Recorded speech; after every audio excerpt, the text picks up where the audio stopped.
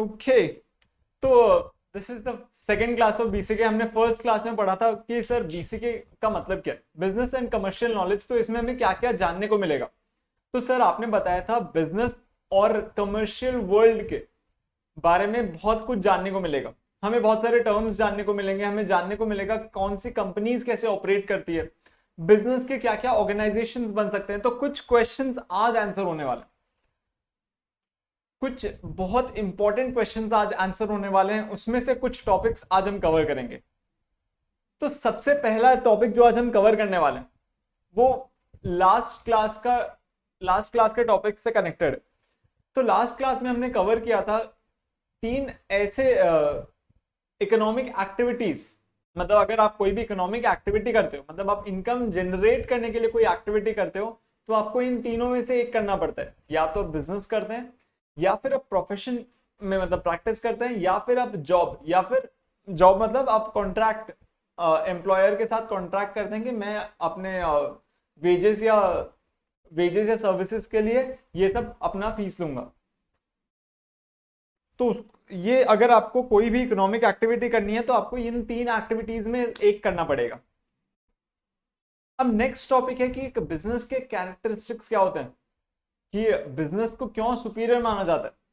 Generally आप देखना लिखा हुआ था बिजनेस में प्रॉफिट, सर हमें पता नहीं, अनसर्टन प्रॉफिट्स है और हेवी रिस्क है, हेवी इन्वेस्टमेंट है, लेकिन स्टिल बिजनेस को माना जाता है it is the superior one, because business is what that keeps the economy on the four front.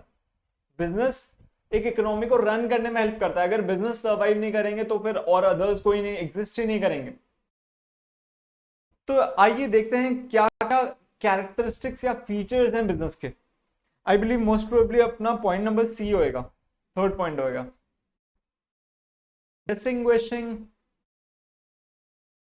Characteristics of business.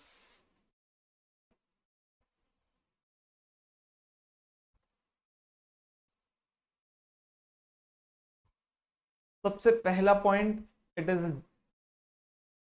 Business is a job creator, not job seeker. तो जब भी कोई बिजनेस स्टार्ट होता है ना, it provides job opportunities to others. मतलब आप कोई भी बिजनेस में देखो, वहां पे वो एम्प्लॉयज को हायर करते हैं, एम्प्लॉयमेंट का अपॉर्चुनिटीज देते हैं। अगर रिलायंस एग्जिस्ट नहीं करता तो कितने सारे लोगों को एम्प्लॉयमेंट की अपॉर्चुनिटी अवेलेबल नहीं होती। ऐसे ही टाटा के साथ टीसीएस हो गया, या फिर उनके बहुत सारे कंपनीज हैं।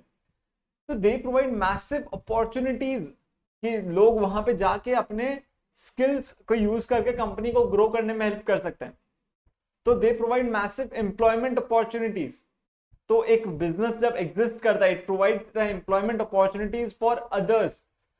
तो जब एक बिजनेस एग्जिस्ट करता है, डायरेक्टली और इनडायरेक्टली बहुत सारे लोगों को एम्प्लॉयमेंट का अपॉर्चुनिटी मिलता है। मतलब एक बिजनेस एग्जिस्ट करता है तो हर एक सर्विसेज, हर एक फैक्टर्स के लिए वो अपने एम्प्लॉयज को हायर करता है। या तो डायरेक्टली ऐसे हायर करता है, या फिर इनडायरेक्टली वो आउटसोर्स करता है दूसरे बिजनेसेस को। तो दूसरे बिजनेस वाले को जॉब एम्प्लॉयमेंट मतलब एम्प्लॉयमेंट की नीड होती है। तो डायरेक्टली या इनडायरेक्टली एक बिजनेस जॉब प्रोवाइड करता है। ठीक है, फिर next point, it provides momentum. आप सिर्फ वो हेडिंग नोट कर लीजिएगा साथ साथ में, provides momentum to growth and development.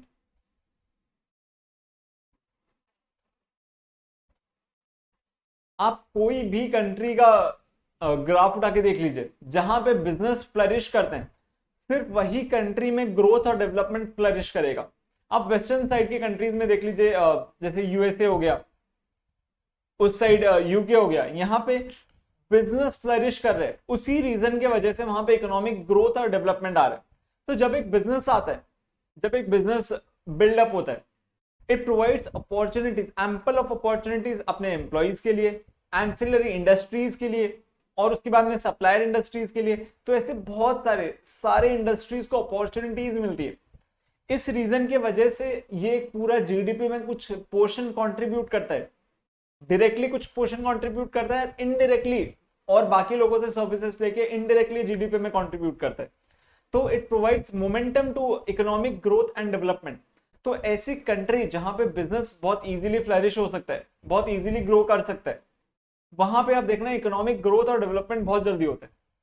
तो इसी रीजन की वजह से आपको अगर आपने अगर सुना होगा एक रेटिंग है ease of doing business.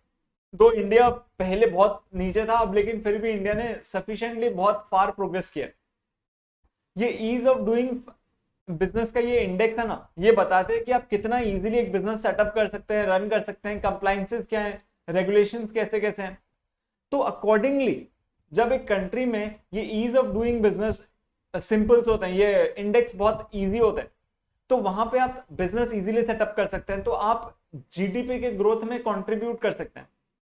Her business GDP के ग्रोथ में एक मिनिस्किल फैक्टर कंट्रीब्यूट करता है, लेकिन कंट्रीब्यूट जरूर करता है, और इसी रीजन की वजह से the country keeps on growing economically. फिर थर्ड पॉइंट कि बिजनेस के क्या और स्पेशल चीजें, इट इज इन्वेस्टमेंट इंटेंसिव। आप कोई भी बिजनेस करो, you have to put in lot of money, you have to put in lot of money. आपको मॉनेटरी टर्म्स में इन्वेस्टमेंट करना पड़ता है, टाइम के टर्म्स में इन्वेस्टमेंट करना पड़ता है, स्किल के टर्म्स में इन्वेस्टमेंट करना पड़ता है, लेबर के टर्म्स में इन्वेस्टमेंट करना पड़ता है। तो generally business is very capital intensive, labour intensive, time intensive. तो यहाँ पे बहुत ज्यादा इन्वेस्टमेंट इंटेंसिव है। A business is investment intensive. gestation period and uncertainties। ठीक है सर, मान लिया बिजनेस में बहुत इन्वेस्टमेंट करना पड़ता है, लेकिन सर क्या रिटर्न गारंटीड है? नहीं, यहाँ पे रिटर्न भी गारंटीड नहीं है। जेस्टेशन पीरियड मतलब कितना टाइम आप जब इन्वेस्ट करते हो और आपको रिटर्न मिलना स्टार्ट होता है। मान लीजिए आपने आज एक बिजनेस में इन्वेस्टमेंट करना स्टार्ट किया और आपको रिटर्न मिलना स्टार्ट होगा 1 साल के बाद में। आपने आज एक बिजनेस में इन्वेस्ट किया और आप कंटिन्यूसली इन्वेस्ट करते रहने वाले हो, 1 साल बाद में आपको रिटर्न मिलना स्टार्ट होगा। तो जेस्टेशन पीरियड 1 ईयर हो गया। मतलब बिल्डअप होने के लिए कितना टाइम लगता है। तो बिजनेस में जनरली जेस्टेशन पीरियड बहुत हाई होता है और अनसर्टेनिटीज बहुत हाई होते हैं, क्योंकि आपको पता नहीं कब आपका प्रोडक्ट आउट ऑफ फैशन हो जाए, क्या आप अडॉप्ट कर पाएंगे, या फिर कंपटीशन आपको खा जाएगा, या फिर गवर्नमेंट में अगर कुछ ऐसा रेगुलेशन आ गया जिसकी वजह से आपको आउट ऑफ बिजनेस होना पड़े। इसका एक एग्जांपल है, आपने ज़ेप्टो सुना है कभी? आपने कभी ज़ेप्टो सुना है? अजीत खुराना, ज़ेप्टो आपने सुना है कभी? हाँ या ना? ज़ेप्टो आपने सुना है कभी? ज़ेप्टो नहीं सुना हुआ है, ओके। क्रिप्टो करेंसीज के बारे में आपने सुना हुआ है? बिटकॉइन, हाँ सर, क्रिप्टो करेंसीज के बारे में सुना हुआ है। तो इंडिया का फर्स्ट एक्सचेंज, क्रिप्टो एक्सचेंज था ज़ेप्टो। इंडिया का first crypto exchange, India first crypto exchange था ज़ेप्टो।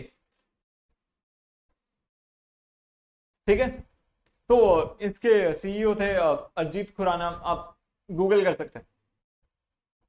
तो जब वो ज़ेप्टो बहुत अपने टाइम से बहुत पहले था, मतलब जब ये ट्रेंड आया, फैशन आया, उससे पहले ही ज़ेप्टो एग्जिस्ट करता था। तो क्या हुआ, सिंस ज़ेप्टो एग्जिस्ट कर रहा था उस टाइम कोई भी गवर्नमेंट ऐसे बिजनेस क्रिप्टो करेंसीज ही एक्सेप्ट करने को रेडी नहीं थी। कोई भी कंट्री या कोई भी गवर्नमेंट क्रिप्टो करेंसीज को मानने के लिए तैयार ही नहीं थे। वो बहुत एडमेंट थे कि यार क्रिप्टो करेंसी जैसा कुछ नहीं होने वाला, ये एकदम फॉल्स नोशंस है और ये सिर्फ थेफ्ट, फ्रॉड, ये सब काम के लिए यूज किया जा रहा है। तो ज़ेप्टो का फ्यूचर बहुत अनसर्टन था, क्योंकि वो एक ऐसे फील्ड में एग्जिस्ट कर रहे थे जहां पे कोई भी गवर्नमेंट नॉर्म्स कभी भी आके उनके कंपनी को बंद कर सकता था। ठीक है, तो ये एक्सप्लेन करने के लिए आपको कि कितने अनसर्टेनिटीज एग्जिस्ट करती हैं बिजनेस में, कितने अनसर्टेनिटीज बिजनेस में एग्जिस्ट करते हैं। तो जेस्टेशन पीरियड बहुत हाई होता है बिजनेस में, और अनसर्टेनिटीज बहुत ज्यादा अनसर्टेनिटीज होती है, डिपेंडिंग ऑन कि आपका प्रोडक्ट कैसा कर रहा है मार्केट में, कंपटीशन कैसा है, गवर्नमेंट के रूल्स या रेगुलेशंस क्या कैसे अफेक्ट होने वाले हैं आपके बिजनेस को, फॉरेन रूल्स या फिर फॉरेन इंटरेस्ट रिजर्व्स या और कुछ दूसरी चीजें कैसे आपके बिजनेस को अफेक्ट कर सकती हैं। फिर next, systematic business is a systematic organized and efficiency oriented activity.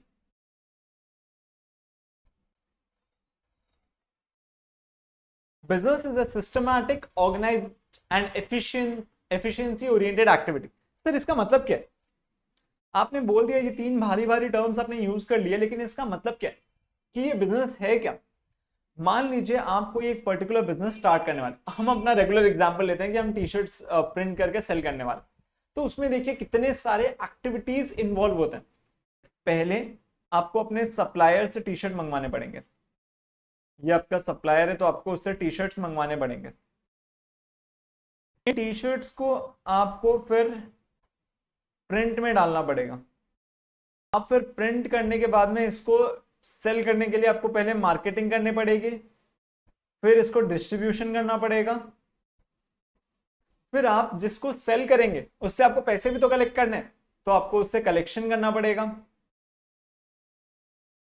Collection करने के बाद में आपको कुछ महीने बाद वापस फॉलो अप करना पड़ेगा कि भैया और आपको गुड्स दूं क्या, आपका और कुछ ऑर्डर है क्या, तो फॉलो अप भी करना पड़ेगा।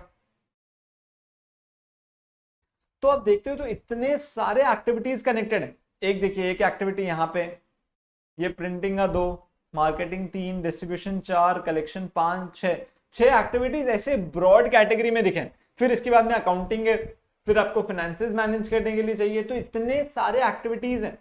तो उन्होंने बोला बिजनेस सिर्फ ऐसे रैंडम हैप्पीजेडली आप कुछ करते हो उसको बिजनेस नहीं बोला जाता। आपको सिस्टमैटिक वे से एफिशिएंटली मैनेज करना पड़ेगा अपने रिसोर्सेज को, सो दैट आप सारे एक्टिविटीज को एफिशिएंटली मैनेज कर पाओ। मतलब आप खुद सप्लायर से कैसे निगोशिएट कर सकते हो, आपको वो मैनेज करना पड़ेगा। आप कैसे प्रिंटिंग वाले से अपने डील्स मतलब अपना डीलिंग्स मेंटेन करने वाले हो, आपको कौन से टाइम में कितना कैसा प्रिंट चाहिए, कैसे आप अपना कॉस्ट कम कर सकते हो, ये सारी चीजों को आपको एफिशिएंटली पहले सोचना पड़ेगा कि कहीं पे भी कुछ मेरे एफर्ट्स वेस्ट नहीं हो। फिर आप सिस्टमैटिकली सारी चीजों को कर रहे हैं। जैसे मान लीजिए आपको सिस्टमैटिकली कि सप्लायर से आपने डायरेक्टली प्रिंट में डाल दिया गुड्स, फिर वहां से आपने डायरेक्टली डिस्ट्रीब्यूशन में डाल दिया, तो ये सारी चीजें एक सिस्टमैटिक वे में ऑर्गेनाइज होना चाहिए। ऐसे हैप्पीजेडली नहीं कि आपने डायरेक्टली पहले सप्लायर से पिक किया और डिस्ट्रीब्यूशन में डाल दिया, फिर कस्टमर से रिटर्न आ रहे हैं कि यार अब इसको प्रिंटिंग करना भूल गए हम, फिर आप प्रिंटिंग में ले जा रहे हो, तो ऐसे आपको लॉसेस हो सकते हैं, आपका बिजनेस बंद हो सकता है। तो अनलेस आप सिस्टमैटिकली अपने बिजनेस को ऑर्गेनाइज नहीं करते हो, तब तक आप उस बिजनेस को रन नहीं कर पाओगे। ठीक है, तो एक business is a systematic organized and efficiency oriented activity. हम नहीं चाहते हैं कि कोई भी ऐसा एक्टिविटी हम करें जिसकी वजह से हमारा टाइम या फिर मनी वेस्टेज हो। हम अपने प्रॉफिट्स को मैक्सिमम देखना चाहते हैं ना। Okay, that brings us to the sixth point.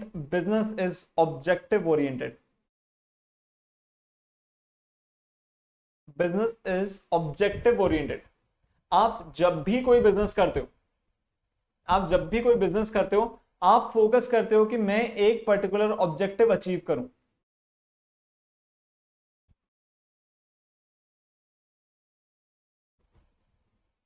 तो इसके लिए बहुत सारे टूल्स हैं। जैसे आप फाउंडेशन क्लियर करके इंटर में जाओगे, फाइनल में जाओगे, ये एक इंपॉर्टेंट पार्ट बनने वाला है आपके सिलेबस का कि कैसे आप बिजनेस में ऑब्जेक्टिव सेट करते हो। जैसे हम एक बार डिस्कशन के लिए लेते हैं, हमारा ऑब्जेक्टिव है प्रॉफिट मैक्सिमाइज करना है। उसके लिए आपको उसको सब गोल्स में डिवाइड करना पड़ेगा। प्रॉफिट कैसे मैक्सिमाइज कर सकते हो? आपको सेलिंग प्राइस बढ़ानी पड़ेगी, या फिर अपना नंबर ऑफ यूनिट सोल्ड बढ़ाना पड़ेगा, या फिर आपको अपना कॉस्ट मिनिमम करना पड़ेगा। तो ये सारी चीजों में से आपको अपने रिलेटिव गोल सिलेक्ट करने पड़ेंगे। मान लीजिए आप सेलिंग प्राइस नहीं बढ़ा सकते, तो जितने यूनिट्स बेचने वो उसको बढ़ाने की कोशिश कीजिए। आपके कॉस्ट को मिनिमम रखने की कोशिश कीजिए, वेस्टेज मत होने दीजिए। तो आप ये सारे एक इंडिविजुअल गोल सेट करते हो। जैसे अगर आप पेप्सी, एचयूएल वगैरह के फैक्ट्रीज में जाओगे ना, तो वो अपने एक एक प्रोडक्ट का, जैसे पेप्सी के प्रोडक्ट में पेप्सी का होता है, वो हर क्वार्टरली कोशिश करते हैं कि हम अपने कॉस्ट को 1% 2% ऐसे कुछ परसेंटेज से रिड्यूस करने की कोशिश करेंगे। वो अपने लिए एक गोल सेट करते हैं, ये उनका हर मतलब मंथली या क्वार्टरली एक गोल रहता है। तो वो एनालाइज करते हैं, बजट करते हैं, मतलब पहले प्रोडक्शन करने से पहले बजट करते हैं कि इस बार कितना कितना यूज होना चाहिए। फिर उसको देखते हैं कि कहाँ कहाँ पे हम कम कर सकते हैं या फिर हम क्या ऑल्टरनेटिव मेथड्स यूज कर सकते हैं, सो दैट हमारा कॉस्ट मिनिमम हो। जब कॉस्ट मिनिमम होगा, हम अपने नंबर ऑफ यूनिट्स को उतने ही रख सकते हैं, तो हमारा प्रॉफिट बढ़ जाएगा। तो ये सारे इंडिविजुअल गोल्स सेट करते हैं। तो बिजनेस एक ऑब्जेक्टिव ओरिएंटेड है। आप कोशिश करते हो कि मेरा प्रॉफिट्स मैक्सिमाइज हो, मेरा डिस्ट्रीब्यूशन नेटवर्क स्ट्रांग हो, ये सारे आपके ऑब्जेक्टिव्स हैं। ये सारे ऑब्जेक्टिव्स को रीच करने के लिए आप उसको गोल्स में कन्वर्ट करते हो, और उस गोल्स को अचीव करने के लिए आप अपने एफर्ट्स पुट इन करते हैं। जैसे मान लीजिए आपको, आपका ऑब्जेक्टिव है कि मुझे प्रॉफिट मैक्सिमाइज करना है, तो आप उसको गोल्स में कन्वर्ट करते हो कि मुझे कॉस्ट मिनिमम करना पड़ेगा, मेरा डीलर नेटवर्क बढ़ाना पड़ेगा। उसके बाद में आप उसके ऊपर काम करते हो। तो this is what business is. तो ये कुछ स्पेशल डिस्टिंग्विश कैरेक्टरिस्टिक्स है बिजनेस के। बिजनेस के कैरेक्टरिस्टिक्स एक बार वापस फटाफट रीड कर लेते हैं कि सर बिजनेस जॉब प्रोवाइड करता है, कोई से जॉब सीख नहीं करता।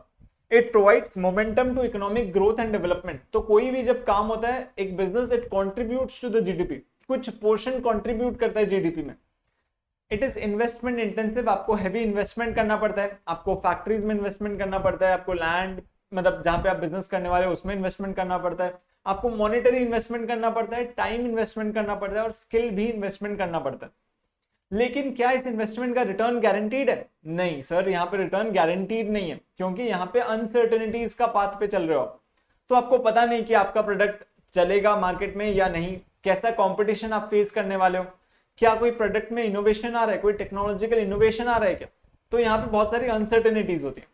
और जेस्टेशन पीरियड मतलब आप जब इन्वेस्ट करते हो उस पीरियड से लेके आपको रिटर्न कब मिलना स्टार्ट होगा, वो जो बीच का पीरियड होता है उसको हम बोलते हैं जेस्टेशन पीरियड। तो बिजनेस में जनरली जेस्टेशन पीरियड भी हाई होता है। फिर business is a systematic, organized and efficiency oriented activity, उसको हम बोलते हैं business. And finally business is objective oriented, मतलब आप एक पर्टिकुलर ऑब्जेक्टिव की तरफ काम करते हो, उसको अचीव करने के लिए आप अपने गोल्स बनाते हो और उस गोल्स की तरफ काम करना स्टार्ट करते हो। इस पूरे चीज को हम बोलते हैं business. What is time investment? आप जब बिजनेस करते हो आपको टाइम स्पेंड करना पड़ता है ना, कि बिजनेस को समझने के लिए, उसके बाद में अपने मोस्ट प्रोबेबल क्लाइंट से या कस्टमर से कनेक्ट होने के लिए, अपने प्रोडक्ट को डेवलप करने के लिए, अपने मार्केटिंग एक्टिविटीज को नरिश करने के लिए, कौन से लोगों को हायर करना, ये सब के लिए या तो प्रोप्राइटर या मैनेजमेंट या पार्टनर्स जो भी है उनको अपना टाइम लगाना पड़ता है ना बिजनेस में। इसको हम बोलते हैं टाइम इन्वेस्टमेंट। वो अपना पर्सनल टाइम देते हैं तो सो दैट बिजनेस को ग्रो कर सकें, उसको हम बोलते हैं टाइम इन्वेस्टमेंट। ठीक है।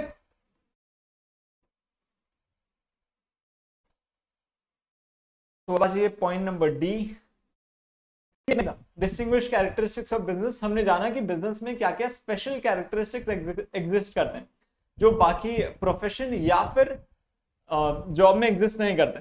तो ये बस आपको दिखाने के लिए, देखिए यार बिजनेस में अनसर्टेनिटीज भी है लेकिन स्पेशल नेचर्स भी हैं। वो ऑब्जेक्टिव्स ऑफ बिजनेस, एक बिजनेस क्या अचीव करना चाहता है, ये हमने इकोनॉमिक्स में ऑलरेडी डिस्कस किया हुआ है कि एक बिजनेस क्या क्या चीजें अचीव करना चाहता है। ये हमने इकोनॉमिक्स में ऑलरेडी डिस्कस किया हुआ है कि एक बिजनेस के ऑब्जेक्टिव्स होते हैं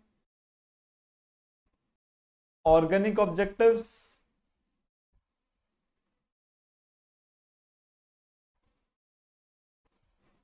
economic objectives, social objective, legal, ethical and environmental objective.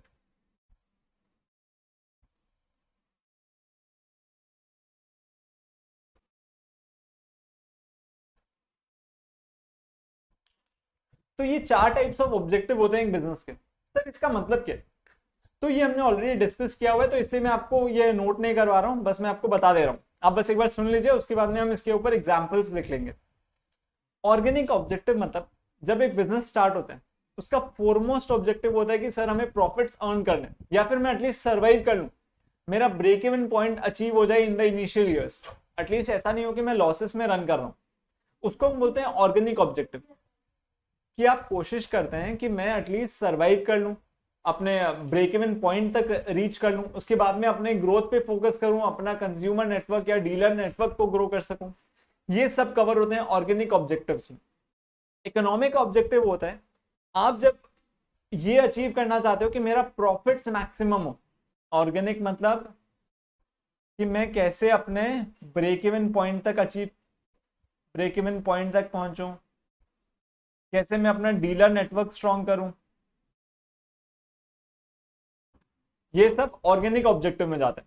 Economic objective में क्या जाता है कि कैसे मैं अपने प्रॉफिट्स को मैक्सिमम करूं, प्रॉफिट्स मैक्सिमाइजेशन। सोशल ऑब्जेक्टिव क्या होता है कि मैं सोसाइटी के लिए कैसे कुछ करके दिखा सकता हूं, कि मैं एजुकेशन के लिए कुछ काम कर रहा हूं, मतलब सोसाइटी में चिल्ड्रंस की एजुकेशन के लिए कुछ काम कर रहा हूं, वुमेन एम्पावरमेंट के लिए कुछ काम कर रहा हूं। जब कोई सोशल बेनिफिट के लिए जब एक बिजनेस काम करता है, उसको हम बोलते हैं सोशल ऑब्जेक्टिव। मान लीजिए एक बिजनेस अनअडल्टरेटेड गुड्स प्रोवाइड कर रहा है, मतलब अच्छे क्वालिटी के गुड्स प्रोवाइड कर रहा है, तो ये सब सोशल ऑब्जेक्टिव में कवर हो रहे हैं, क्योंकि वो सोसाइटी के वेलबींग के लिए काम कर रहे हैं। तो ये भी उसका एक ऑब्जेक्टिव होता है कि आप कैसे अच्छे गुड्स, अच्छे सर्विसेज सोसाइटी के लिए डिलीवर करें, सो दैट ओवरऑल सोसाइटी को बेनिफिट मिले आपके बिजनेस से।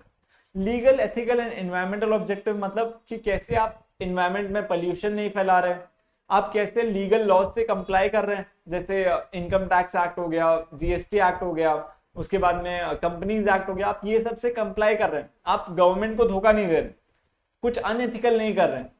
ये सारी चीजें हो गई legal, ethical and environmental objective में। तो सिंस ये हमने ऑलरेडी डिस्कस किया हुआ है इकोनॉमिक्स में, तो मैं इसके आपको ये सब चीजें लिखनी नहीं है, लेकिन हम एक एग्जाम्पल कर लेते हैं, ठीक है। तो एक बहुत इंटरेस्टिंग एग्जाम्पल है जो हम साथ में डिस्कस कर सकते हैं,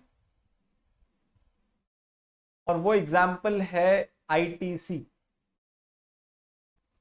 आईटीसी आपको पता है इसका फुल फॉर्म पहले हुआ करता था इंपीरियल टोबैको कंपनी, लेकिन फिर उन्होंने अपना नाम वाम हटा के बोला कि सिर्फ हमारा नाम आईटीसी है।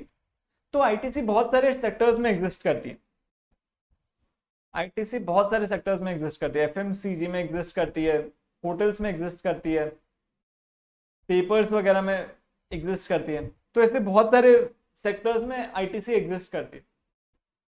तो आईटीसी के एनुअल रिपोर्ट से मैंने उसके कुछ ऑब्जेक्टिव्स पिक किए कि आईटीसी कैसे अपने ऑब्जेक्टिव्स को डिटरमाइन करती है कि मुझे क्या क्या करना है। तो अगर आप उनके एनुअल रिपोर्ट पढ़ोगे तो आपको बहुत कुछ जानने को मिलेगा आईटीसी के बारे में और कैसे वो अपने ऑब्जेक्टिव्स को सेट कर रहे हैं। तो वहीं से मैंने पिक किया हुआ है आईटीसी का ऑर्गेनिक ऑब्जेक्टिव। उनका बहुत ज्यादा ग्रो नहीं कर रहा था कंपैरेटिवली, क्योंकि आईटीसी ने एफएमसीजी सेक्टर में कुछ लेट से स्टार्ट किया था आईटीसी ने, तो उनका एफएमसीजी सेक्टर बहुत बूमिंग नहीं था। तो आईटीसी ने अपना ऑर्गेनिक ऑब्जेक्टिव में मेंशन किया था कि हमें अपने एफएमसीजी ग्रो और मार्केट शेयर। आप ये कर सकते हैं इन एफएमसीजी सेक्टर, आप हेडिंग दे दीजिएगा एग्जाम्पल आईटीसी या फिर केस स्टडी आईटीसी ऑब्जेक्टिव्स। ऐसे मत लिखिएगा फर्स्ट पॉइंट, मतलब आप बस ये एग्जाम्पल आईटीसी लिखने के बाद में यहाँ पे ए लिख के लिख दीजिएगा ITC operates in various segments which are, उसके अंदर लिख लीजिएगा एफएमसीजी, होटल्स, पेपर्स एक्सेट्रा। उसके बाद में लिखिएगा उसका फर्स्ट पॉइंट ऑर्गेनिक ऑब्जेक्टिव कि grow our market share in FMCG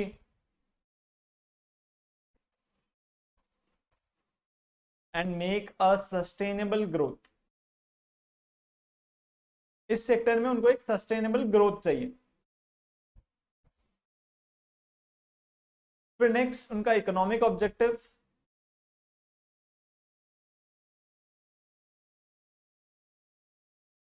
तो आईटीसी ने बताया कि हमारा सेल्स था, ये शायद फाइनेंशियल ईयर 2021 का डेटा है, हमारा सेल्स फाइनेंशियल ईयर 2021 में था 76097 CR ग्रॉस सेल्स है, ये इंक्लूडिंग जीएसटी और सब कुछ है, और हमारा प्रॉफिट्स था 19,166 करोड़ 2021 में, ये हमारा डेटा था। और उनका इकोनॉमिक ऑब्जेक्टिव था कि we hope to expand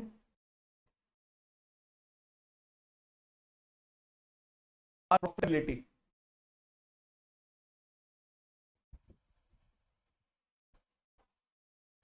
by reducing cost and adopting greener measures।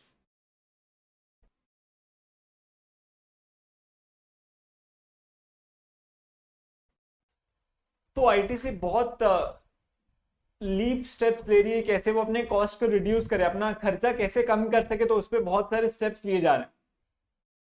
तो वो कोशिश कर रहे हैं कि कैसे हम सोलर एनर्जी को हार्नेस कर पाए, कैसे हम वाटर एनर्जी को हार्नेस कर पाए, कैसे कोशिश करके हम अपने कॉस्ट को मिनिमम कर सकें। ये सारे उनके इकोनॉमिक ऑब्जेक्टिव के पार्ट में कवर्ड है। तो थर्ड उनका सोशल ऑब्जेक्टिव क्या है सर? सोशल मतलब वो सोसाइटी के लिए क्या करना चाहते हैं। सोशल ऑब्जेक्टिव है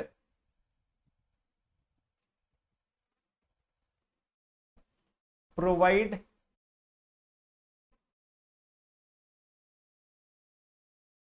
एक सेकंड,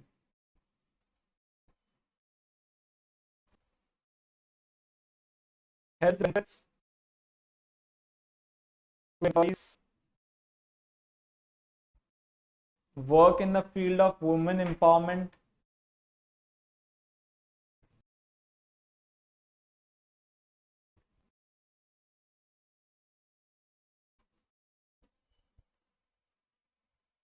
उसके बाद में क्या है, एजुकेशन प्रमोशन की कोशिश करें कि हम ज्यादा से ज्यादा लोगों को एजुकेशन प्रोवाइड कर सकें। ये सब उनके सोशल ऑब्जेक्टिव्स हैं।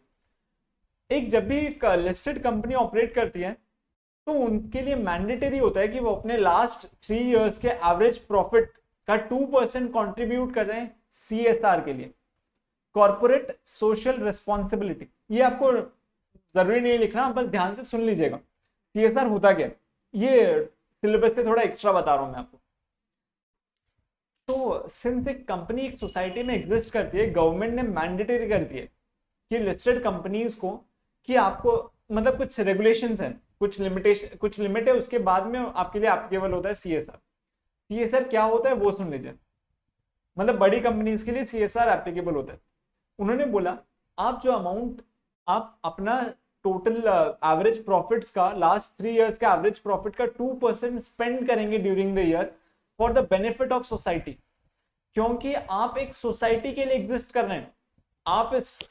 आप अगर एक कंपनी बना रहे हैं तो आप इस सोसाइटी के लोगों को वो अपने गुड्स या सर्विसेज बेच रहे हैं, तो इन लोगों का बेनिफिट के लिए आपको अपना कुछ प्रॉफिट का कुछ परसेंटेज इनको बेनिफिट के लिए कंट्रीब्यूट करना चाहिए। तो हर साल मैंडेटरी होता है कि आप अपने एवरेज प्रॉफिट्स का 2% स्पेंड करें। तो कुछ कंपनीज ज्यादा भी स्पेंड करती हैं, 2% से ज्यादा भी स्पेंड करती हैं, लेकिन ये क्या चीज पे स्पेंड करती है, कॉर्पोरेट सोशल रिस्पॉन्सिबिलिटी। इसका मतलब होता है कि आप कुछ, गवर्नमेंट ने बताया कि आप खेल कूद को मतलब स्पोर्ट्स को ग्रो करने में हेल्प कीजिए, एजुकेशन ग्रो करने में हेल्प कीजिए, लोगों के पॉवर्टी से उठने के लिए हेल्प कीजिए, उनको लाइवलीहुड मीन्स दीजिए, उनके लिए सफिशिएंट फूड रिक्वायरमेंट्स प्रोवाइड कीजिए, उनका एजुकेशन के लिए काम कीजिए। तो ये सारी चीजें के ऊपर आपको काम करना पड़ेगा सो दैट सोसाइटी में बेनिफिट मिले। तो हर कंपनी को, हर लिस्टेड कंपनी को अपने प्रॉफिट्स का कुछ परसेंटेज स्पेंड करना पड़ता है सोसाइटी के लिए, उसको हम बोलते हैं सीएसआर, कॉर्पोरेट सोशल रिस्पॉन्सिबिलिटी, और ये मैंडेटरी आपको खर्चा करना ही पड़ेगा। ठीक है, तो आईटीसी भी ऐसी कंपनी है जो स्पेंड करती है सीएसआर। उसके बाद में नेक्स्ट ऑब्जेक्टिव है legal, ethical and environmental objective. तो अब बहुत सारी कंपनीज इस तरफ काम करना स्टार्ट कर दी हैं कि कैसे। अब आपने अगर रिसेंटली न्यूज में आया था कि बहुत जल्द, मतलब हमारे अर्थ पे जो क्लाइमेट क्राइसिस चल रहा है, बहुत जल्द ऐसा हो सकता है कि हम, मतलब अभी जो जिस लैंड पे हम रह रहे हैं वहां पे पानी भर जाए, क्योंकि ग्लेशियर्स मेल्ट कर रहे हैं, सी लेवल, मीन सी लेवल राइज कर रहा है, अनइवन हमें वेदर्स मिल रहे हैं। तो उन्होंने बोला कि अब बहुत लाइकली है कि हम एक्सट्रीम केसेस में आ चुके हैं, बहुत जल्दी हमें ये नेचर का रात सहना पड़ सकता है। तो हर कंपनीज पे अब फोकस डाला गया कि आप ये जो पोल्यूशन प्रोवाइड कर रहे हैं इसको कैसे कवर अप करने की कोशिश कीजिए। तो हर कंपनी अपने एंड से मेजर्स ले रहा है, और गवर्नमेंट ने भी कुछ कंपनीज के लिए मैंडेटरी कर दिया। तो कैसे वो काम कर रहे हैं देखिए, आईटीसी ने क्या क्या रखा है अपने लिए, इन्वायरमेंट का गोल्स या फिर एथिकल गोल्स क्या क्या रखा है उसने। उसने अपने लिए सेट किया है कि we will be carbon positive. Carbon positive मतलब हम जितना कार्बन डाइऑक्साइड एमिट करेंगे उससे ज्यादा हम कोशिश करेंगे कि हम वापस अब्जॉर्ब कर लें। मतलब हम कोशिश करेंगे कि जितना से जितना कम हम कार्बन डाइऑक्साइड उमिट करें। उसके बाद में वाटर पॉजिटिव, मतलब हम जितना वाटर कंजर्व करेंगे, हम मैक्सिमम जितना वाटर कंज्यूम करेंगे उससे ज्यादा वाटर हम प्रोवाइड करेंगे एनवायरनमेंट में। तो वाटर पॉजिटिव हो गया ना, वाटर कंजम्पशन हमारा ऑलमोस्ट निल हो जाएगा। तो कोशिश करते हैं सस्टेनेबिलिटी रिपोर्ट प्रोवाइड करने की, हमारे एक्टिविटीज कैसे एनवायरनमेंट को अफेक्ट कर रहे हैं, हम कैसे कैसे मेजर्स ले रहे हैं ये सब चीजों को स्टॉप करने के। ये सब उनके एनवायरमेंटल ऑब्जेक्टिव हैं। आप अगर देखोगे उनका एनुअल रिपोर्ट, तो उन्होंने स्पेसिफिकली लिखा है कि हम कोशिश करेंगे इस साल तक हम कार्बन पॉजिटिव बन जाएं, वाटर पॉजिटिव बन जाएं। और सस्टेनेबिलिटी रिपोर्ट वो हर साल निकालता है, बताने के लिए देखिए हमारा ये सब काम है, ये सब ऐसे अफेक्ट कर रहा है हमारे एनवायरमेंट को। और लीगल एथिकल के लिए वो क्या कर रहे हैं, एथिकल के लिए वो अपना प्रोफेशनल बॉडी, प्रोफेशनल मैनेजर्स को हायर कर रहे हैं, और उनकी एक रिपोर्ट निकलती है कि कैसे वो डिसीजन ले रहे हैं। डायरेक्टर्स रिपोर्ट बताते हैं और वो बता रहे हैं कैसे हम डिसीजन ले रहे हैं, फ्यूचर में हम क्या सोच रहे हैं, और कैसे हम एथिकल अपने सारे एथिक्स को मेंटेन कर रहे हैं। और लीगल के लिए वो कोशिश कर रहे हैं कि हम लॉ से अबाइड करें, और कैसे हम लॉ का मतलब उल्लंघन नहीं करें, कैसे हम गवर्नमेंट के अगेंस्ट नहीं जाए। तो ये सारी चीजें उनके एनुअल रिपोर्ट में उन्होंने अपने ऑब्जेक्टिव्स में स्टेट की थी। तो ये एग्जांपल आपके साथ शेयर करना था, बस ये आइडेंटिफाई कराने के लिए कि देखिए बड़ी से बड़ी कंपनीज भी ये सारी चीजों को फॉलो कर रही है कि हमें किस ऑब्जेक्टिव की तरफ काम करना है, हमारा इकोनॉमिक ऑब्जेक्टिव क्या है, सोशल ऑब्जेक्टिव क्या है, हम इस सोसाइटी में क्या कंट्रीब्यूट करना चाह रहे हैं, और उसके बाद में हमारे एनवायरमेंट की तरफ क्या ऑब्जेक्टिव्स मेंटेन्ड है। ये सारी चीजें हर कंपनीज अपने लिए बना दी, या फिर हर बिजनेस एक्चुअली अपने लिए बना दे। ठीक है, ये सारे थे ऑब्जेक्टिव्स ऑफ बिजनेस।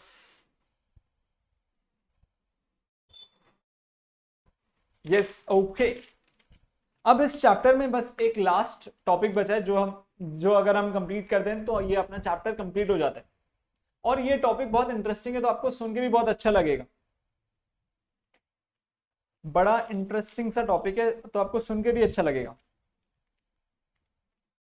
ये टॉपिक का नाम है forms of business organisation.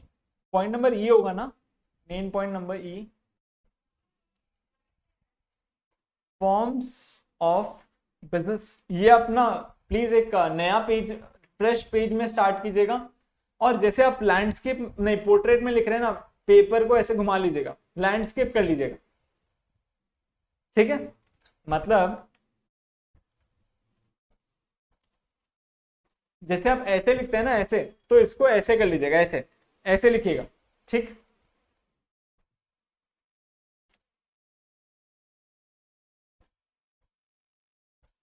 Forms of business organisation.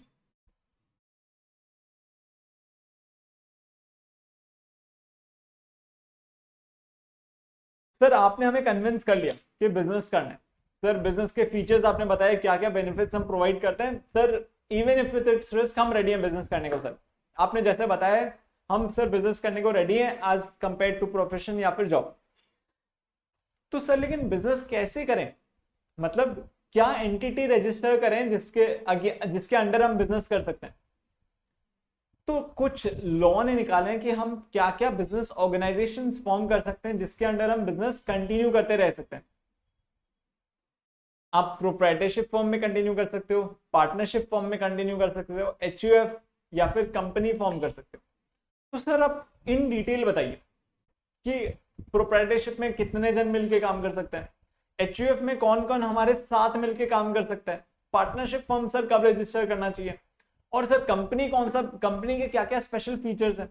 तो ये सारी चीजें अभी हम डिस्कस करने वाले हैं। तो ये बहुत इंटरेस्टिंग टॉपिक है और ये सच में इंसाइटफुल है। अगर आप मतलब आप अगर किसी भी एंटरप्रेन्योर से पूछो, जैसे मैं बहुत सारे मेरे फ्रेंड्स वगैरह हैं जो इंजीनियरिंग में थे, तो उनको ये सब चीजें जानने को नहीं मिली है। तो इवन इफ उनके पास हाँ सर टेक्निकल नॉलेज है, लेकिन वो तरस रहे हैं कि यार हमें कोई फाइनेंशियल नॉलेज प्रोवाइड करे कि कब बिजनेस करना है तो हमें कौन सा प्रोप्राइटरशिप सिलेक्ट करना है, फॉर्म सिलेक्ट करना है या फिर कंपनी रजिस्टर कर लेनी चाहिए, कैसे करना चाहिए। तो वो हमें समझने का मौका मिल रहा है, क्योंकि एज ए चार्टर्ड अकाउंटेंट आपका काम होने वाला है ये कि यार देखो भैया मैं फाइनेंशियल गुरु हूं, मैं आपको बता देता हूं। तो आपके पास पहले नॉलेज होना चाहिए ना कि हम समझ सकें देखो ये चीजें ऐसी होने वाली है, कौन सा उसके लिए बेस्ट है हम सजेस्ट करने वाले हैं। तो ध्यान से सुनिएगा, इवन इफ आपको अगर बिजनेस करना है तो आपके पास भी ये हक होना चाहिए कि आप सिलेक्ट कर सको करेक्ट बिजनेस ऑर्गेनाइजेशन। तो आपको समझना है, ये एकदम ध्यान से सुनिएगा। प्रोप्राइटरशिप पहले क्या क्या बिजनेस ऑर्गेनाइजेशन है मैं आपको बता देता हूं, उसके फीचर्स मैं आपको बता देता हूं, फिर हम इसको नोट कर लेंगे। Proprietorship, HUF, partnership firm, LLP, फिर कंपनी,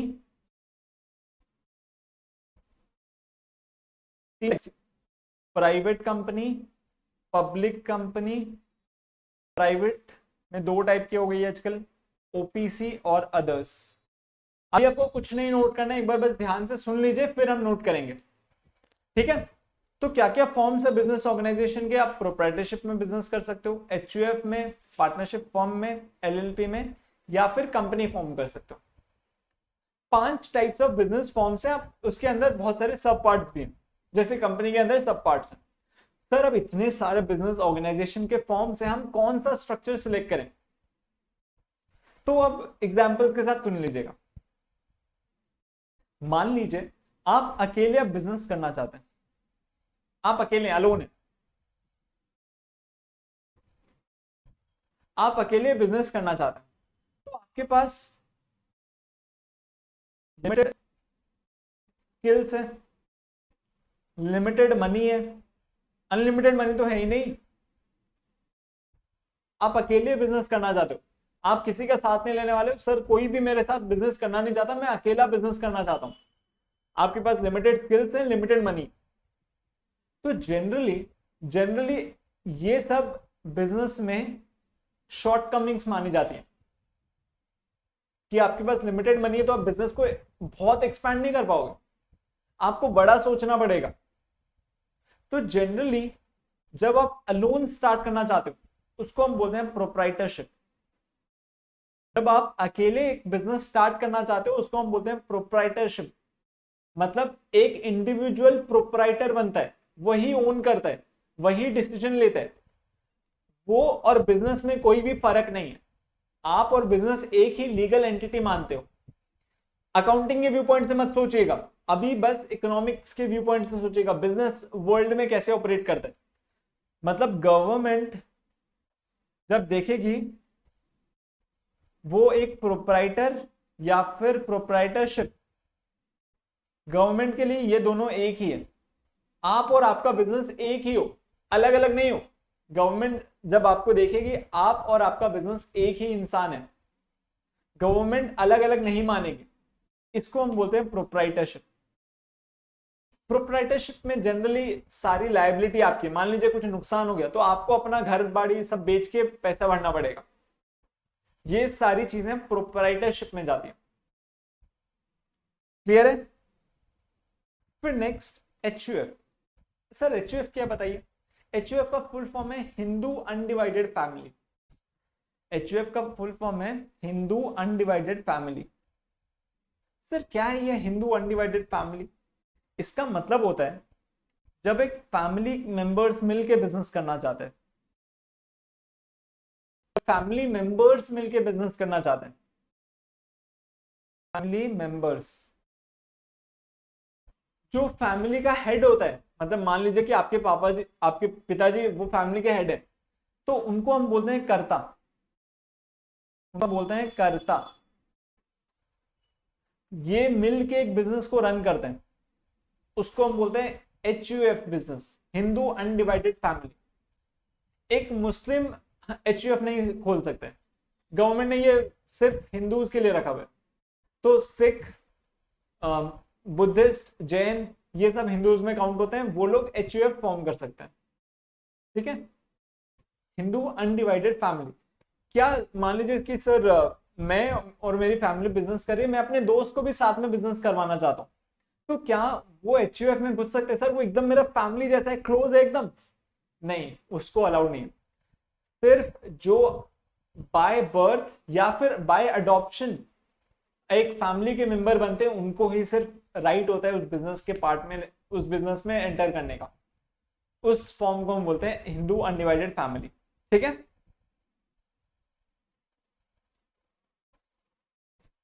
उसके बाद में है पार्टनरशिप फॉर्म।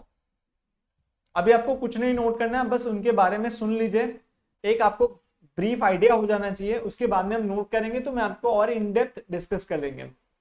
पार्टनरशिप फर्म क्या होता है? जब चार, मतलब मिनिमम 2 पार्टनर्स एक साथ मिलकर एक बिजनेस स्टार्ट करते हैं, आप दोनों ने अपने पैसे लगाए, आप दोनों ने मेहनत कर रहे हो, और आप जब बिजनेस रन करते हो उसको हम बोलते हैं पार्टनरशिप फर्म।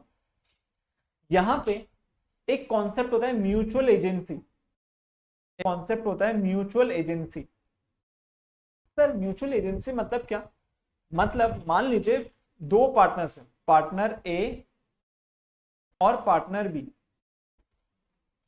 2 पार्टनर्स एग्जिस्ट कर रहे हैं। अगर मान लीजिए एक पार्टनर ने कुछ ऐसा काम किया या कुछ भी काम किया, तो वो रिप्रेजेंट कर रहे हैं दूसरे पार्टनर को और पूरे पार्टनरशिप फर्म को। मान लीजिए एक कस्टमर है यहाँ पे और पार्टनर ए,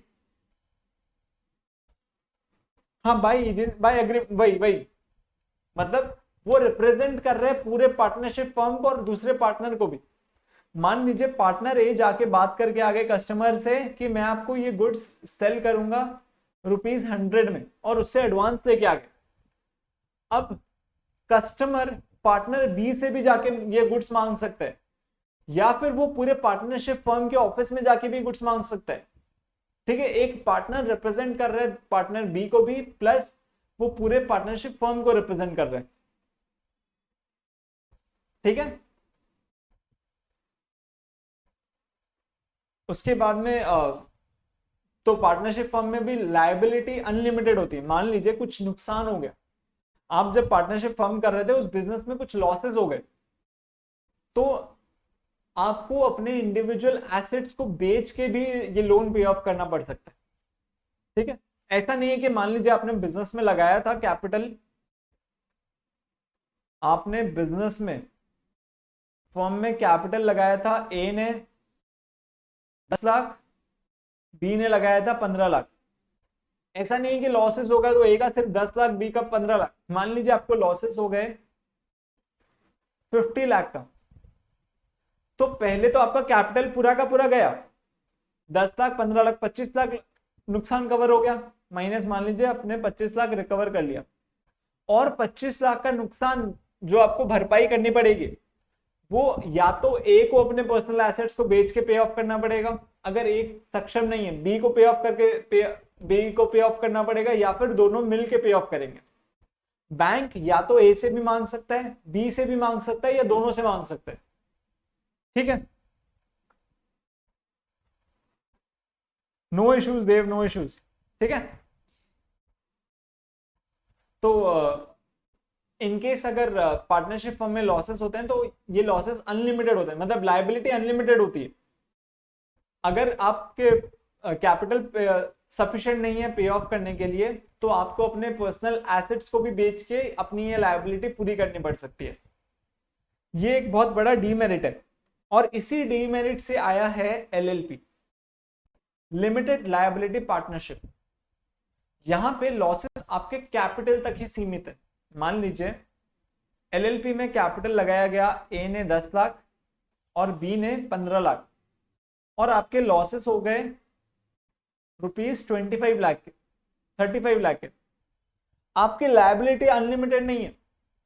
ए का मैक्सिमम लॉस सिर्फ 10 लाख हो सकता है, बी का मैक्सिमम लॉस सिर्फ 15 लाख हो सकता है, और बाकी 10 लाख कोई भी आपका पर्सनल एसेट्स को बेच के रिकवर नहीं किया जा सकता है। ठीक है, ये होता है एलएलपी। एलएलपी में लायबिलिटी लिमिटेड होती है, कोई भी आपके पर्सनल एसेट्स को नहीं छू सकता है और उसको बेच के आपसे लॉसेस रिकवर नहीं कर सकता है। उसके बाद में आया कंपनी। कंपनी कुछ स्पेशल फीचर्स हैं। गवर्नमेंट कंपनी को एक सेपरेट लीगल एंटिटी मानती है। कंपनी एक सेपरेट लीगल एंटिटी है, मतलब जैसे एक चलता फिरता आदमी है। गवर्नमेंट के व्यू पॉइंट से कंपनी एक चलता फिरता आदमी है। ठीक है, कंपनी के ओनर्स अलग होते हैं और उसको चलाने वाले मैनेजमेंट अलग होते हैं। जैसे मान लीजिए आप रिलायंस का एक शेयर ओन कर सकते हैं, आप ओनर बन जाएंगे एक शेयर के, लेकिन आप कल को उसके ऑफिस में जाके मुकेश अंबानी को साइड करके बोलेंगे कि यार भैया अब मैं मैनेज करने वाला हूं, देखो बॉस आ गया, बॉस मैनेज करेगा। ऐसा नहीं होने वाला। ठीक है, तो आप ओन कर सकते हैं रिलायंस का एक शेयर, लेकिन आप उसका मैनेजमेंट में नहीं जा सकते।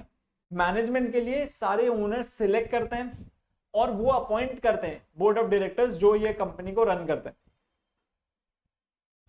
अनलिमिटेड, हाँ पूछिए ना देव, पूछिए देव, क्या क्वेश्चन है?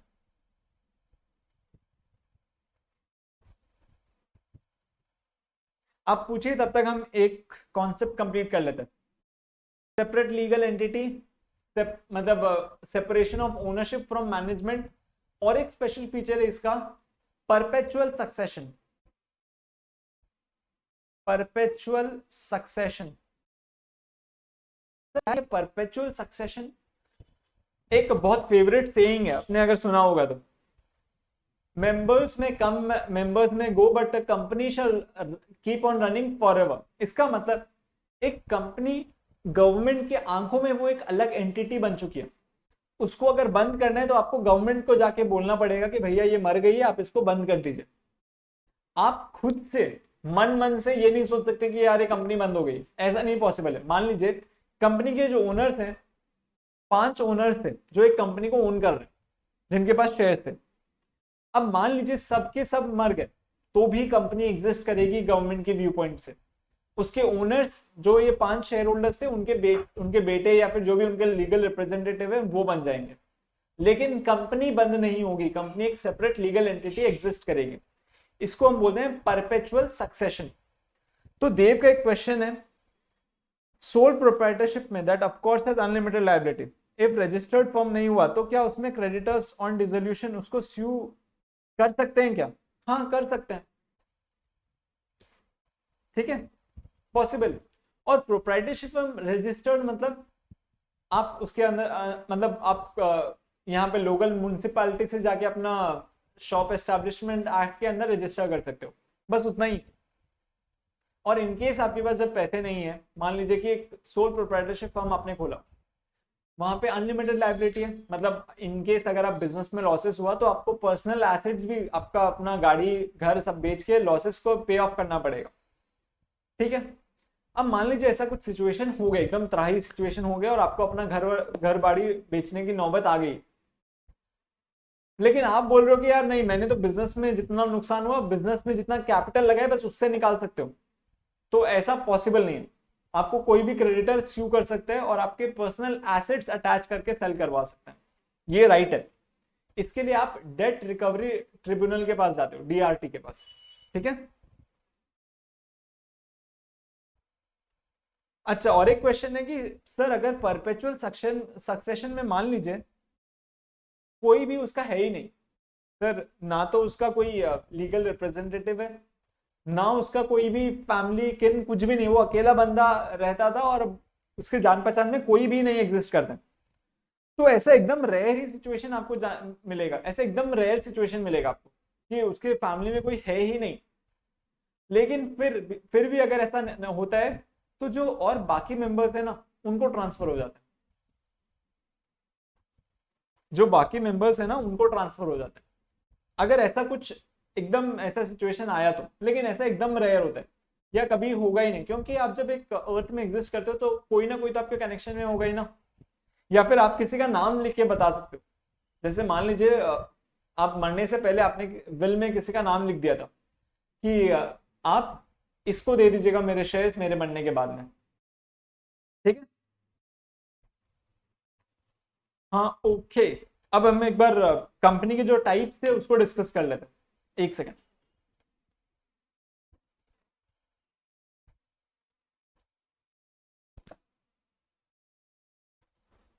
मैंने आपको बताया था कंपनी दो टाइप्स की होती है, प्राइवेट, पब्लिक। और प्राइवेट को हमने सब क्लासिफाई किया था तीन टाइप्स में, ओपीसी, अच्छा सॉरी दो टाइप्स में, ओपीसी एंड अदर्स, ठीक है। ओपीसी अभी एक रीसेंट एडिशन है, ये आपके कोर्स में नहीं है, फिर भी मैं आपको बता दे रहा हूं इनकेस कभी कुछ भी क्वेश्चन आ सकता है। तो कंपनी के फीचर्स हमें जानने मिल गए। Sir private company public company में क्या डिफरेंस है? प्राइवेट कंपनी जनरली एक क्लोज्ड ओनर्स के बीच में रहती है, मतलब हर कोई प्राइवेट कंपनी के शेयर्स ओन नहीं कर सकता। अच्छा एक बार पहले शेयर्स का मतलब सुन लीजिए। मान लीजिए कंपनी की ओनरशिप को उन्होंने बांट दिया 100 शेयर्स में, मतलब हर एक शेयर रिप्रेजेंट कर रहे हैं 1/100 ओनरशिप ऑफ द कंपनी। मतलब मान लीजिए कंपनी के टोटल शेयर है 100, अगर आपके पास एक शेयर है मतलब आप कंपनी का 1/100 ओन कर रहे हैं, 1/100 पार्ट ओन कर रहे हैं, ये होता है एक शेयर, ठीक है। प्राइवेट में जनरली बहुत लिमिटेड नंबर ऑफ मेंबर्स होते हैं, limited number of share holders होते हैं, और जनरली जो ओनर्स होते हैं वही मैनेजमेंट में रहते हैं, वो होता है generally private company. Public company हो गई जब ओनर्स बहुत सारे कैटेगरीज में डिवाइडेड है, मतलब बहुत सारे ओनर्स हैं, जैसे मान लीजिए रिलायंस को देख लीजिए, टीसीएस को देख लीजिए, या जो भी बहुत सारे लिस्टेड कंपनीज, ये सब पब्लिक कंपनीज हैं, ठीक है। इतने सारी कंपनीज हैं तो ये डिवाइडेड है सब, इसके इतने सारे ओनर्स एग्जिस्ट करते हैं, ठीक। ये है डिस्टिंक्शन प्राइवेट और पब्लिक में। और भी डिस्टिंक्शन है वो हम आगे कवर करेंगे। गवर्नमेंट ने एक नया बिजनेस फॉर्म निकाला है प्राइवेट कंपनीज के अंदर में, जिसको हम बोलते हैं 1 पर्सन कंपनी। यहां पे सिर्फ एक ही पर्सन होता है जो ओनर होता है, ये प्रोप्राइटरशिप का थोड़ा एडवांस्ड वर्जन है, प्रोप्राइटरशिप वर्जन ऑफ कंपनी है ये। यहाँ पे एक ही बंदा होता है जो ओनर होता है, जो वही मैनेज करता है, वो अपना लीगल रिप्रेजेंटेटिव सिलेक्ट कर सकता है कि मेरे डेथ के बाद में मेरे शेयर्स किसको ट्रांसफर हो जाएंगे, ये होता है ओपीसी। और अदर्स मतलब ओपीसी को छोड़ के जो जनरल वाला प्राइवेट कंपनी है वो अदर्स में मैंने क्लासिफाई कर दिया, ठीक है। तो अब हम इन डेप्थ पूरा क्लासिफिकेशन एक साथ नोट कर ले रहे हैं। आप नोटबुक को लैंडस्केप मेथड में रखिएगा, मतलब ऐसे ऐसे रखिएगा, और यहाँ ऐसे लिखेंगे आप यहाँ पे, आप बस साथ साथ में नोट कर लीजिए।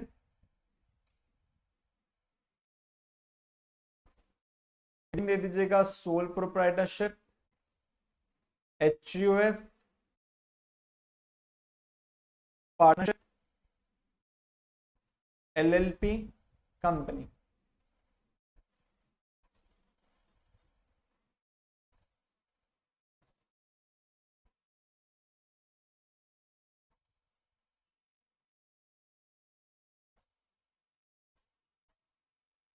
फीचर्स सोल प्रोप्राइटरशिप,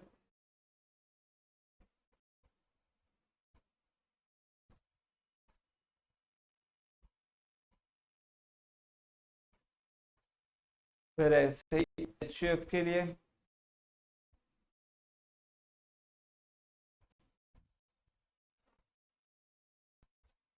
फिर पार्टनरशिप के लिए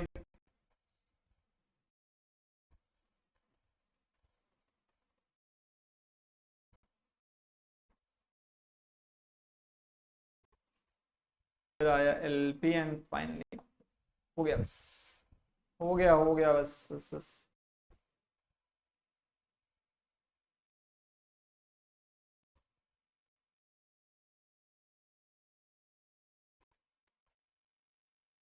बस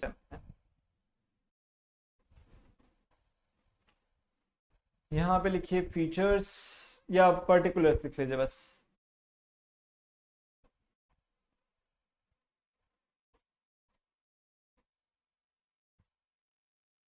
तो सबसे पहले कैपिटल प्रोवाइडर, पर्टिकुलर्स में कैपिटल प्रोवाइडर, कौन कैपिटल प्रोवाइड कर रहे हैं? प्रोप्राइटरशिप में तो एक ही बंदा है, वही कैपिटल लेके आएगा, तो प्रोप्राइटर। एचयूएफ में तो पूरी फैमिली रहती है, तो सारे फैमिली मेंबर्स कैपिटल प्रोवाइड करते हैं ताकि बिजनेस रन कर सके। पार्टनरशिप फर्म में पार्टनर्स कैपिटल लेके आते हैं ताकि पार्टनरशिप फर्म के पास फंड्स हो और बिजनेस रन कर सके। एलएलपी में हम पार्टनर्स को बोलते हैं designated partners.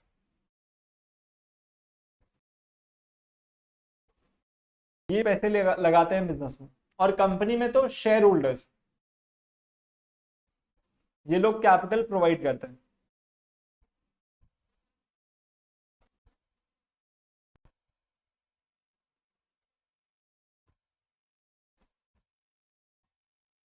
Next point, risk.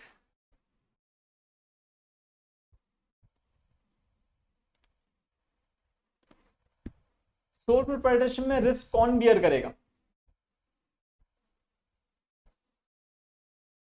Proprietor risk beer करेगा। एचयूएफ में कौन रिस्क बियर करने वाले हैं? फैमिली मेंबर्स रिस्क बियर करने वाले हैं। पार्टनरशिप फर्म में पार्टनर्स रिस्क बियर करेंगे। एलएलपी में कौन रिस्क बियर करेगा? क्या वो डेजिग्नेटेड पार्टनर्स को रिस्क बियर करना है या एलएलपी रिस्क बियर करेगी? सोच के बताइए ना, यहां पे कौन रिस्क बियर करेगा? अच्छा, मैं इसके लिए नहीं बोल रहा हूं, आप अपने नोटबुक में यहाँ पे एलएलपी रिस्क बियर करेगी, क्योंकि यहाँ पे तो लिमिटेड लायबिलिटी है ना, और यहाँ पे कंपनी रिस्क बियर करती है।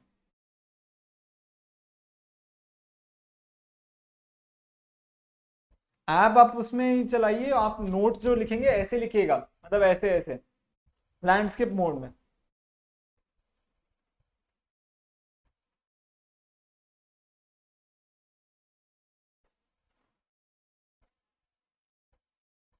फिर next liability, liability unlimited liability है, यहाँ पे भी अनलिमिटेड है, यहाँ पे भी अनलिमिटेड है। ओके ओके ठीक है देव, यहाँ पे लिमिटेड लायबिलिटी है और यहाँ पे भी लिमिटेड लायबिलिटी है। तो ये सारी चीजें तो हमने ऑलरेडी डिस्कस कर लिया है।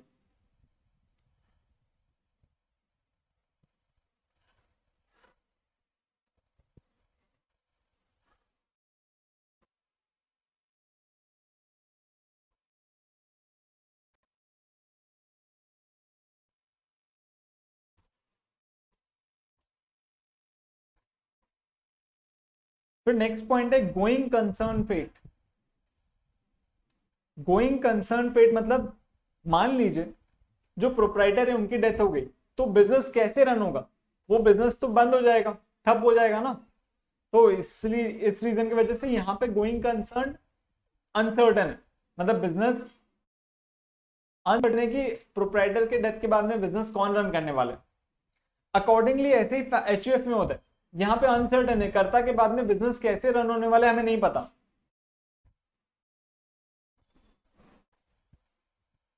पार्टनरशिप फॉर्म में भी ऐसे ही होता है। बिजनेस मतलब मान लीजिए कि किसी पार्टनर की डेथ हो जाती है तो उसके बाद में कैसे बिजनेस कंटिन्यू करना है वो भी अनसर्टन होता है। लेकिन एलएलपी में समवॉट सर्टन होता है। 100% सर्टेनिटी तो नहीं है लेकिन समवॉट सर्टन होता है। और कंपनी में तो भैया हमने वो कहावत सुनी है, मेंबर्स में कम मेंबर्स में go but a company shall continue running for ever. तो यहाँ पे इसका कंसर्न गोइंग फिट है, मतलब ये कंटिन्यू करता रहेगा। ब्रैकेट में लिख लीजिए परपेचुअल सक्सेशन।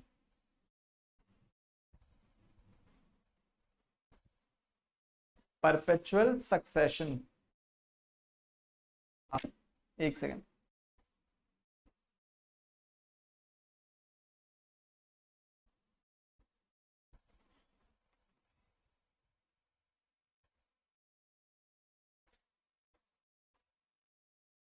फिर डिसीजन मेकिंग,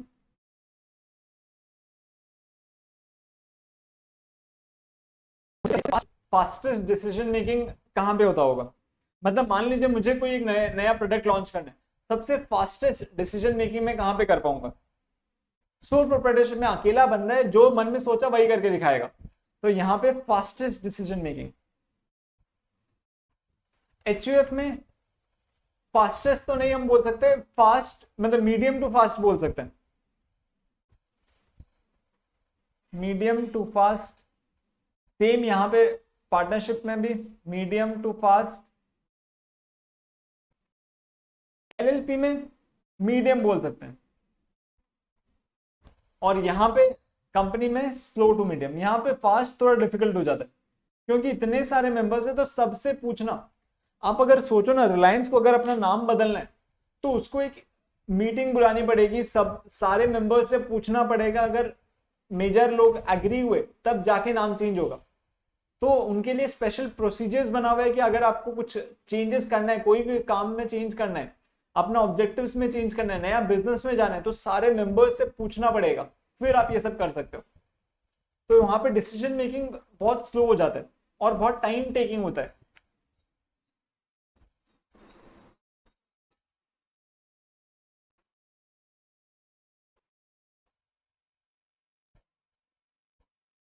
फिर नेक्स्ट पॉइंट क्या है? फीचर्स।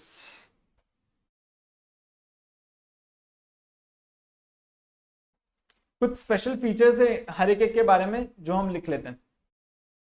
सोल प्रोप्राइटरशिप में कुछ नहीं है। एचयूएफ में लिख लीजिए Hindu includes Buddhist, Jain and Sikh.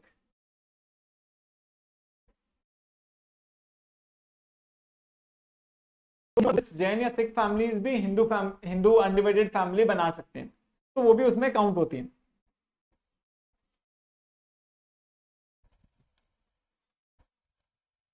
फिर नेक्स्ट पार्टनरशिप में म्यूचुअल एजेंसी। एक पार्टनर दूसरे पार्टनर को प्लस पूरे पार्टनरशिप फर्म को रिप्रेजेंट करता है, तो म्यूचुअल एजेंसी। फिर उनके बीच में एक पार्टनरशिप अग्रीमेंट होता है। तो आपने ये अकाउंट्स में पढ़ा होगा, पार्टनरशिप अग्रीमेंट बनता है पार्टनर्स के बीच में।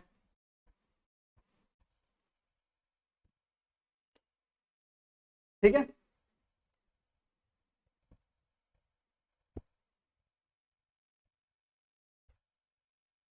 और एलएलपी में it is regulated by LLP act. LLP के लिए एक अलग एक्ट बना हुआ है, एलएलपी एक्ट 2008। उसके अंदर रेगुलेट किया जाता है एलएलपीज को। पार्टनरशिप के लिए अलग एक्ट बना हुआ है, पार्टनरशिप एक्ट 1956। और यहां पे मिनिमम 2 और मैक्सिमम कोई लिमिट नहीं है।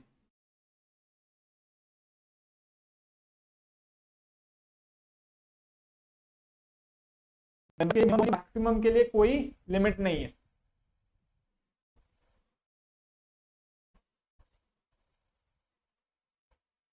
और यहां पे म्यूचुअल एजेंसी नहीं है, मतलब ऐसा नहीं है कि एक पार्टनर जो एक्ट कर रहा है उससे वो दूसरे पार्टनर को बाइंड कर लेगा, ऐसा नहीं है यहां पे। ठीक है। तो वो आप नोट नहीं करेंगे तो भी आपको याद रहेगा, ठीक है, वो नोट मत कीजिए वाला पॉइंट।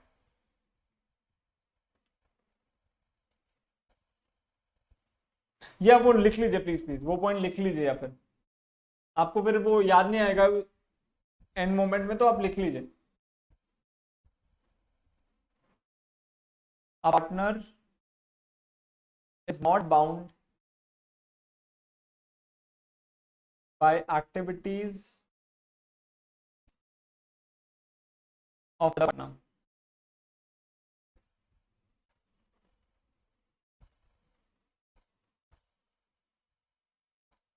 फिर कंपनी के फीचर्स में, कंपनी के बारे में हमने पढ़ा था परपेचुअल सक्सेशन,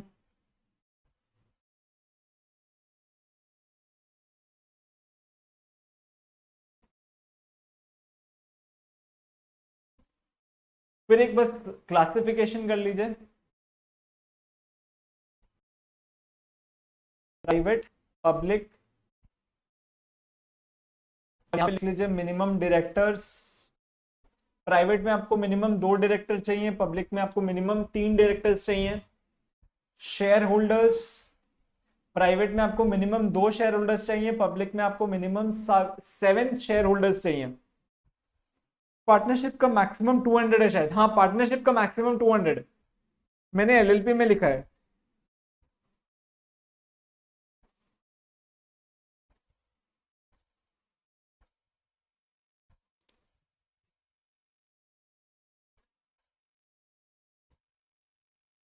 ठीक है,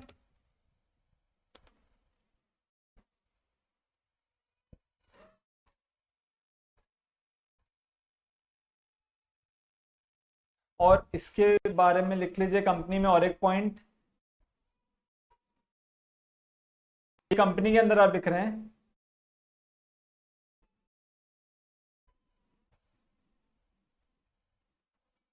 कंपनी इनकॉर्पोरेट और मैनेज होती है कंपनीज एक्ट 2013 के अंदर। ठीक है, कंपनीज एक्ट 2013, उसके अंदर आपको बताया जाता है कैसे कंपनीज इनकॉर्पोरेट होने वाली है, कंपनीज के रूल्स क्या है, रेगुलेशंस क्या है, सारे उसी चीज के अंदर कंपनीज एक्ट 2013 के अंदर लिखे हुए।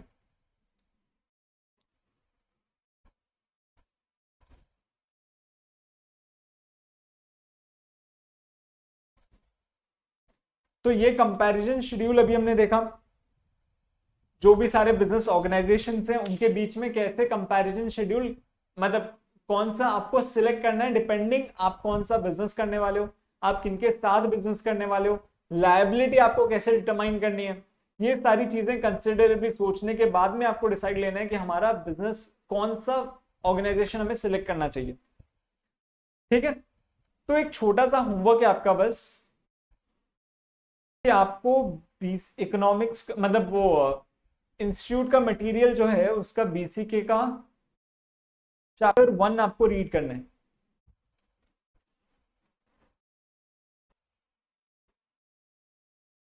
इंस्टीट्यूट के मटेरियल से आपको बीसीके का चैप्टर 1 रीड करना है, और इनकेस आपके कुछ डाउट्स होंगे तो हम नेक्स्ट क्लास में डिस्कस कर लेंगे वो, अदरवाइज हम चैप्टर 2 से कंटिन्यू करेंगे।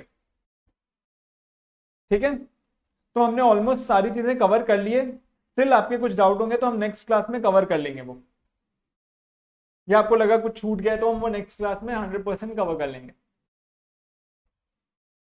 लेकिन आपको ये प्लीज प्लीज ये आपको याद से कंप्लीट करना है। ठीक है, तो इसके साथ आज की क्लास पर हम यहीं पे एंड करते हैं। Thank you so much, have a wonderful day. आपका भी शायद स्टैटिस्टिक्स क्लास है ना कुछ देर बाद। यस, ओके ओके, ठीक है ठीक है, इस क्लास को हम यहीं पे एंड करते हैं। Thank you so much.